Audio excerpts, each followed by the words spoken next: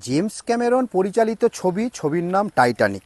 আপনারা সবাই জানেন টাইটানিক 11টা অস্কার পেয়েছে। টাইটানিকের নায়ক লিওনার্দো ক্যাপ্রিও।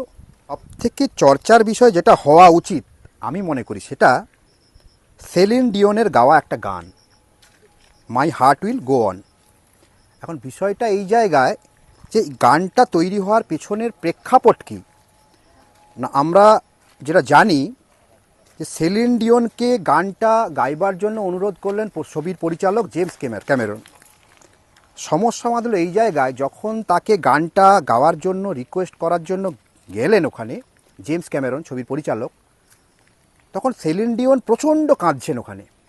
তার কাঁদার কারণ কি না, সেলিন ডিওনের যে লাভার প্রেমিক তিনি ক্যান্সার রোগে আক্রান্ত, তার আর পৃথিবীতে বেশি দিন নেই।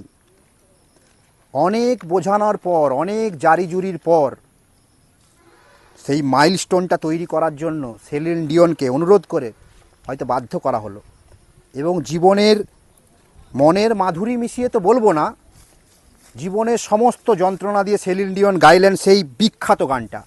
সারা পৃথিবী তোলপাড় করে দিয়েছিল যে গান, my heart will go on. ধন্যবাদ। এটা ছিল আজকে ফানুসের জন্য আরেকটা ভিডিও আপনাদের সামনে রাখলাম।